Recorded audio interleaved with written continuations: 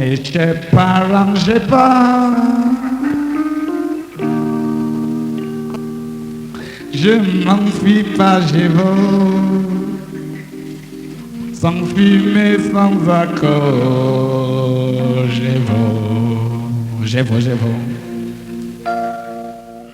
C'est une aventure qui a commencé, je crois, on avait 4 ans.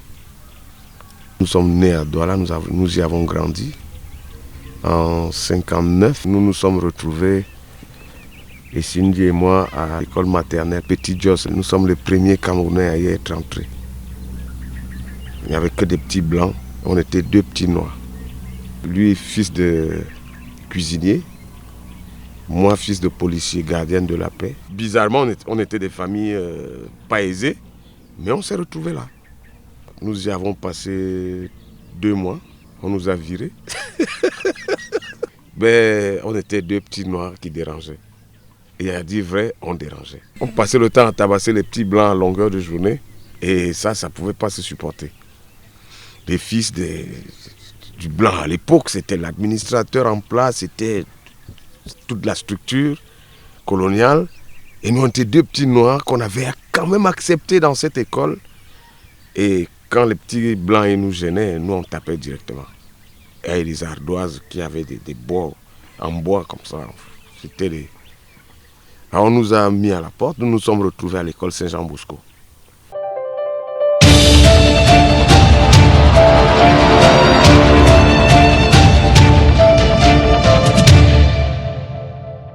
Le papa de Cindy, Pigeon, comme on l'appelait affectueusement, Pigeon était cuisinier. Il était maître d'hôtel chez M. Billard. Et Pierre Billard, vous savez qui c'est? L'anthologie du ministère à la radio, c'était fantastique. Il y avait du plaisir à écouter Pierre Billard. Et nous, il nous a ouvert la porte vers la lecture. M. Billard était journaliste, c'était un érudit. Et nous avons aimé la lecture à travers ce monsieur. On aimait l'histoire. C'est à travers les histoires qu'il racontait qu'il est devenu comédien. Et puis, Gémeaux de son état, la fibre artistique, elle était étant tout petit. On s'est séparés, il est venu à Yaoundé, moi je suis resté à Douala. Et on s'est retrouvés, je crois on devait être en première à Yaoundé. Et depuis ce temps-là, depuis les années 74, 75, on ne s'est pas quitté jusqu'à sa mort. Nous, on était déjà à l'école départementale des garçons à Méléna. On était camarades, même amis, on se fréquentait. Moi, j'allais chez Sidi, je connaissais son père, sa mère, ses frères, tout ça. Et lui, il connaissait chez moi pareil. On a connu les premiers rires ensemble. Puis on a rigolé toute notre vie. J'ai rencontré Sidi Minja, j'étais au collège Vogt. Il venait du séminaire d'Akono. Je devais être en 4e. Et lui, il venait d'arriver, il avait envie de monter une équipe d'élèves amateurs de théâtre comme lui. On s'amusait, on faisait les pitres. Il avait un pitre sérieux parce qu'il écrivait des petites choses.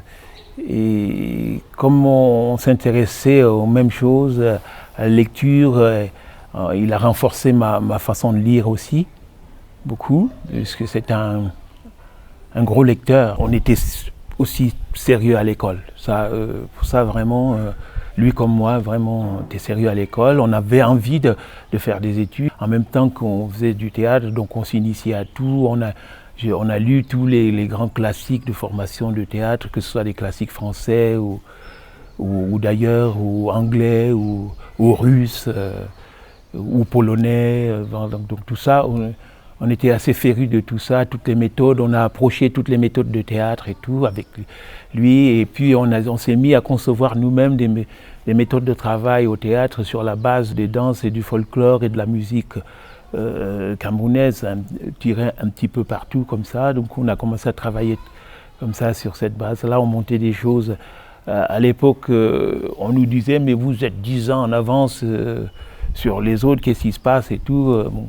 Donc c'était ça le moteur. Au collège, on était d'abord un duo, après on était un trio avec quelqu'un d'autre qui est avocat aujourd'hui, Maître Ngongo. On a écrit pas mal de choses, beaucoup de spectacles qu'on a présentés, que ce soit au Centre culturel français, ou même à l'Institut Goethe. Enfin, donc on a fait pas mal de choses comme ça. Puis on allait dans les quartiers, on animait des mariages avec des sketchs et tout. Moi, je me souviens de notre première paye. C'était une cuisse de poulet et une bouteille de whisky. Ça nous a fait rire.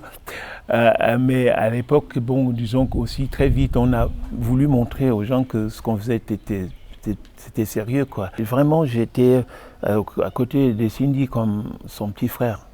Sérieusement, vraiment. Je dis vraiment, c'était mon frère aîné. Moi, j'ai une famille énorme. Hein.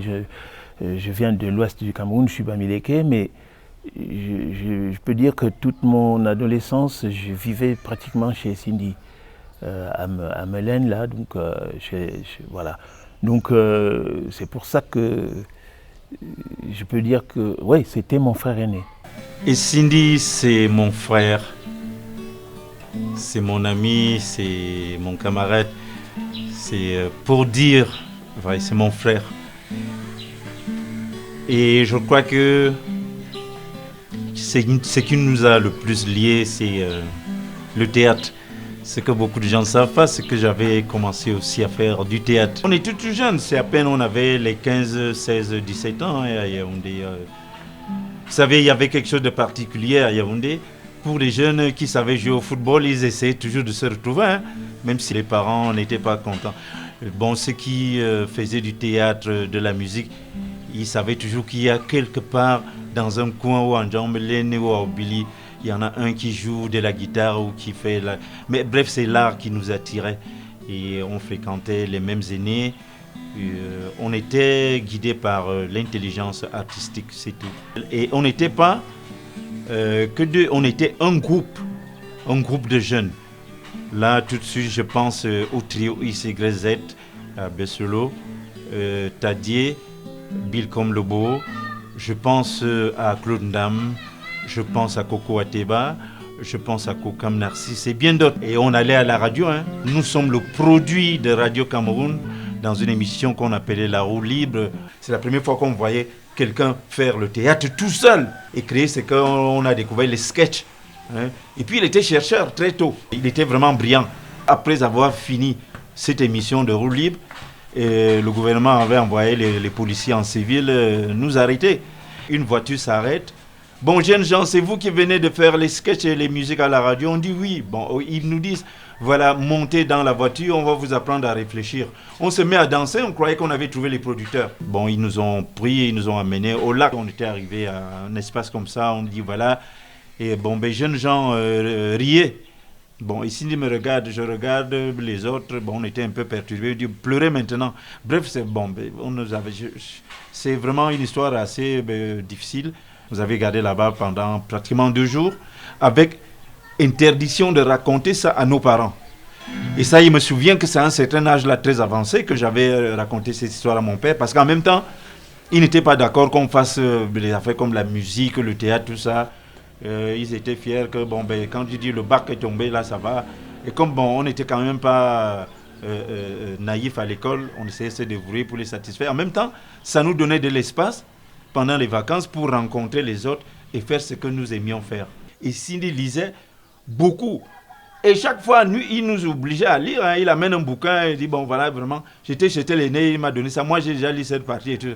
Il nous a donné la culture de la lecture. C'est très important. Maintenant, on avait tous le goût des lettres, les jolis mots, les jolies phrases françaises. À cette époque-là, bon, les artistes essayaient vraiment d'être ensemble. C'était la grande époque de l'unité africaine avec les Cindy Minja, les Otou Marcelin, comme ça, les Claude Ndam. On était vraiment des amis. On ne peut pas faire l'art sans cette amitié-là.